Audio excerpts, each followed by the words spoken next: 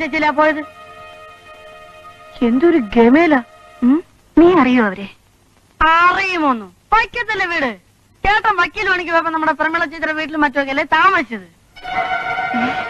അതന്നെ, ചേട്ടൻ ഈ ചേച്ചി നമ്മൾ വലിയ ലപ്പല്ലായിരുന്ന. അവര് തമ്മിൽ കല്യാണം കഴിക്കാൻ വരെ പോയതാന്നേ.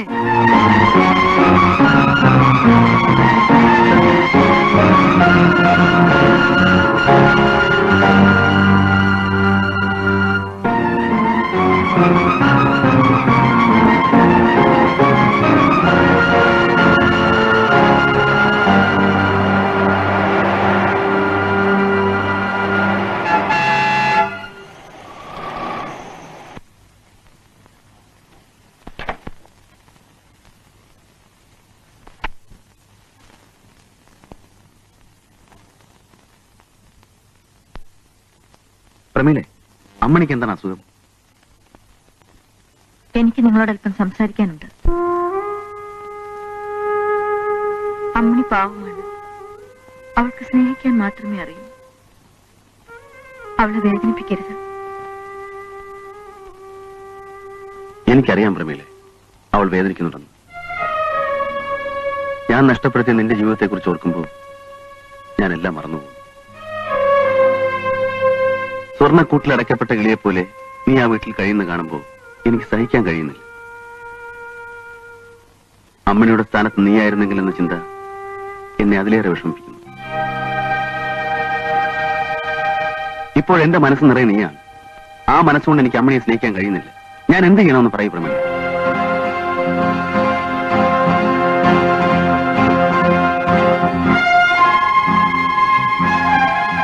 മിസ്റ്റർ ബാലചന്ദ്രൻ, ഞാൻ ഇന്നലെ അയാളുടെ ഭാര്യയാണ്. സ്വർണ്ണക്കൂട്ടിലല്ല, ശരപഞ്ചരത്തിലായാലും ഞാൻ അവിടെ ജീവിക്കേണ്ടവളാണ്. എന്റെ വേദന ഞാൻ അനുഭവിച്ചോളാം. അതിനെനിക്കൊരു പങ്കുകാരന്റെ ആവശ്യമില്ല. പഴയ കാര്യങ്ങൾ ഓർത്തുകൊണ്ട്, ഓർമ്മിപ്പിച്ചുകൊണ്ട് ഇനി എന്റെ അടുത്തേക്ക് വരരുത്.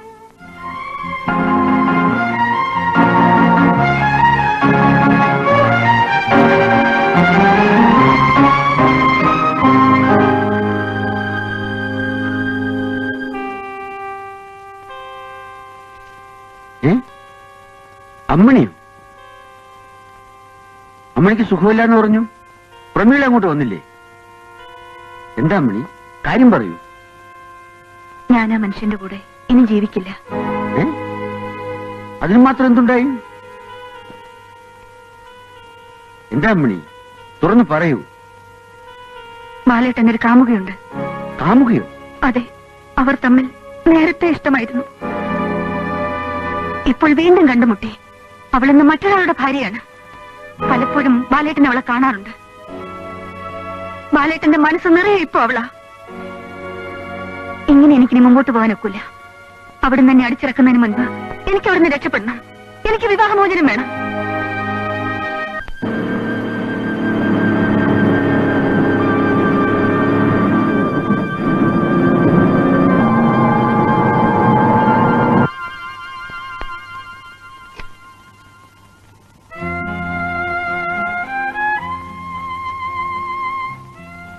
സാറേ, കൊച്ചമ്മ തന്നതാ.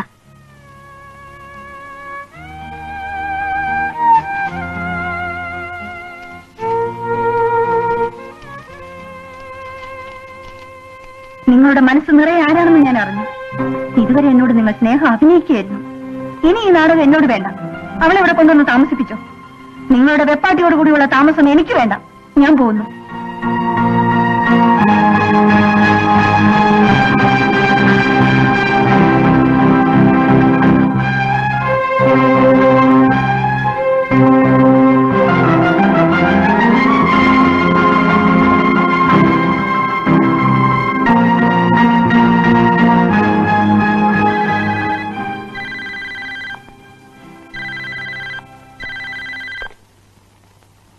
ഹലോ ബാലേന്ദ്രൻ, എന്റെ വീട്ടിലേക്ക് ഉടനെ ഒന്ന് വരൂ.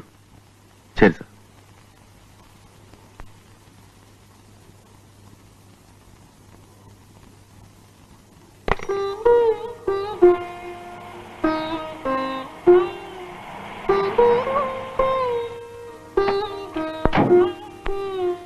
സാറ് മുകളിലാണോ? അതെ, മുകളിലുണ്ട്.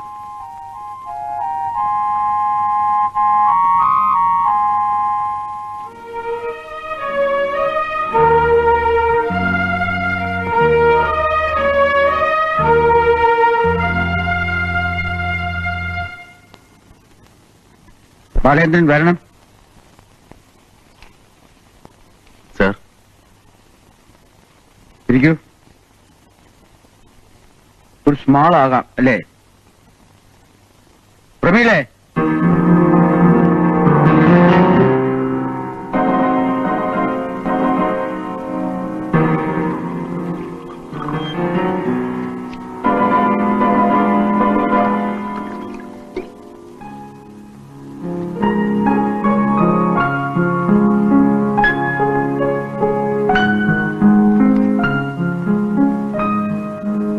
ഇരിക്കൂ.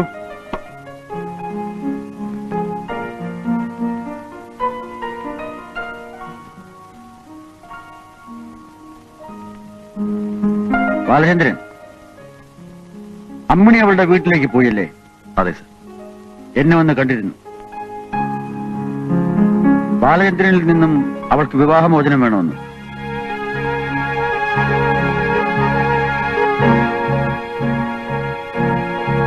ഈയിടെയായി അവൾക്ക് മാനസികമായ എന്തോ കുഴപ്പമുണ്ട്.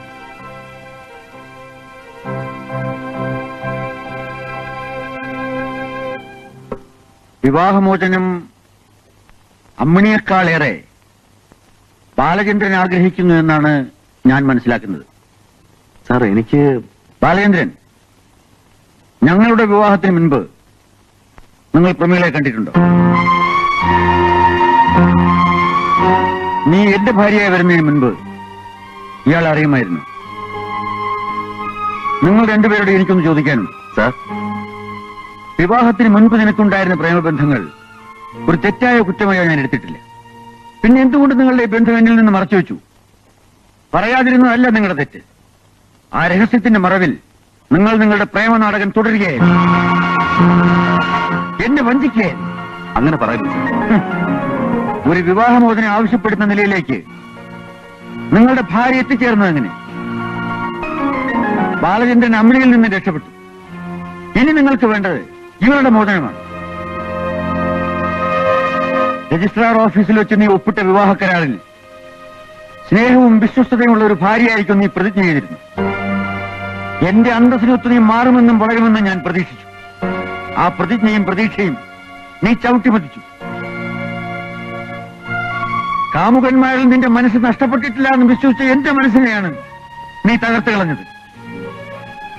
നിന്നെ വിവാഹം ചെയ്ത തെറ്റ് ഒരു വിളിപ്പുഭാണ്ഡമായി ഞാൻ ചുമക്കുന്നു. ഇപ്പോ എന്നിൽ നിന്ന് നീയല്ല, നിന്നിൽ നിന്ന് ഞാനാണ് രക്ഷപ്പെടാൻ ആഗ്രഹിക്കുന്നത്.